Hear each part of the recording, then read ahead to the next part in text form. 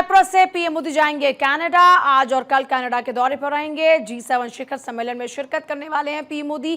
G7 सम्मेलन में कई द्विपक्षीय बैठकें भी होंगी। 18 जून को क्रोएशिया के दौरे पर पीएम मोदी जाएंगे। क्रोएशिया के पीएम प्लेनकोविच से उनकी द्विपक्षीय चर्चा भी होने वाली है।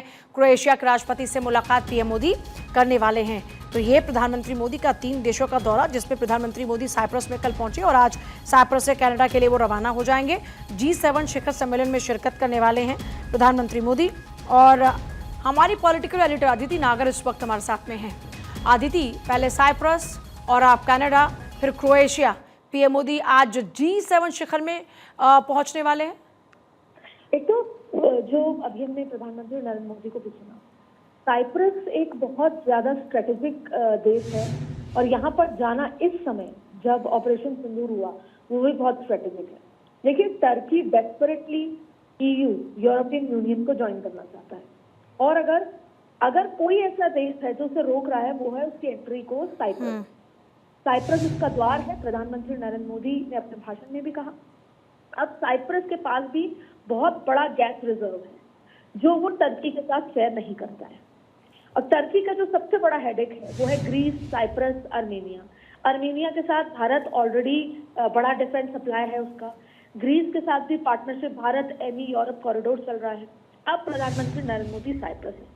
शायद इसे ही कहते हैं कि दुश्मन को जवाब कैसे देना है। तो साइप्रस में उनकी मौजूदगी टर्की को बहुत कुछ संदेश देता है। अपने आप में बेहद महत्वपूर्ण बात है। अब बात है जो दौरे हैं उनके।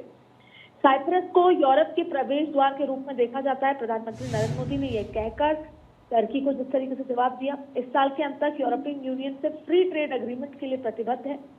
आपको बता दें, प्रधानमंत्री नरेंद्र मोदी 2 दिन के दौरे पर कल साइप्रस पहुंचे थे और उसके बाद आप देखिए कि किस तरीके से उनका एयरपोर्ट पे स्वागत हुआ और होटल के बाहर भारतीय समुदाय से मुलाकात हुई। बच्चों को उन्होंने दुलारा, जो उनका एक स्टेटमेंट है, उनका तरीका है। साथ ही भारत माता की जय के नारे लगे।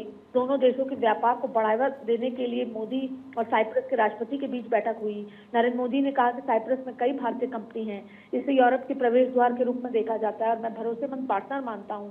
और भारत साइप्रस CEO फोरम को संबोधित करते हुए प्रधानमंत्री नरेंद्र मोदी ने इस साल के आखिर तक भारत और यूरोपियन यूनियन के बीच फ्री ट्रेड एग्रीमेंट की बात करी। अब देखिए, नरेंद्र मोदी रविवार को निकले थे। 3 देशों की 4 दिवसीय यात्रा पर रवाना हुए हैं। अब ये साइप्रस से रवाना होकर कनाडा जाएंगे और उसके बाद 17 जून को G7 शिखर सम्मेलन में भाग लेंगे। ये भी एक बहुत स्ट्रेटेजिक महत्वपूर्ण बात है। कनाडा के साथ भारत के संबंध कैसे थे और लेकिन अब किस तरीके से बदलाव आएगा। G7 में एक बार फिर प्रधानमंत्री आतंकवाद से लेकर बॉर्डर सिक्योरिटी से लेकर तमाम उन मुद्दों को उठाएंगे जिसमें व्यापार भी है, लेकिन आतंकवाद का मुद्दा जो वो हर मोर्चे पर उठाते आए हैं।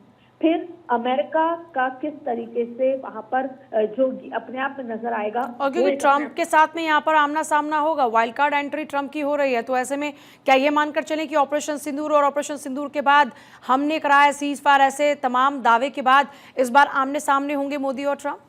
बिल्कुल, देखिए, माना जा रहा है कि ऑपरेशन सिंदूर और फिर वो सीज फायर अनाउंसमेंट और उसके बाद के तमाम अनाउंसमेंट के बाद दोनों का ये आमना सामना, वही बॉडी लैंग्वेज का मैं जिक्र कर रही थी। तो यही दोनों बॉडी लैंग्वेज जो है बहुत कुछ कहती है, बहुत कुछ कहेगी जब देखेंगे। क्योंकि ऐसा है नहीं कि भारतीय नाराज हैं ट्रंप से, भारत नाराज है। भारत के प्रधानमंत्री को वो स्टेटमेंट ठीक नहीं लगा है। उसको विदेश मंत्रालय ने जो है उसको उससे मना भी किया था, उसको खंडन भी किया था उसका।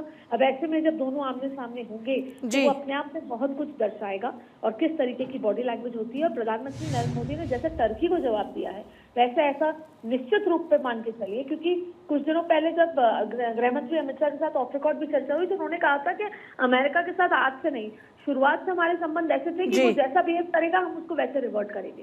तो जाहिर तौर पे अमेरिका का जिस तरह का बिहेवियर है, अब वो हम उसके लिए और वो हमारे लिए एक बहुत बड़ा बिजनेस अपॉर्चुनिटी है।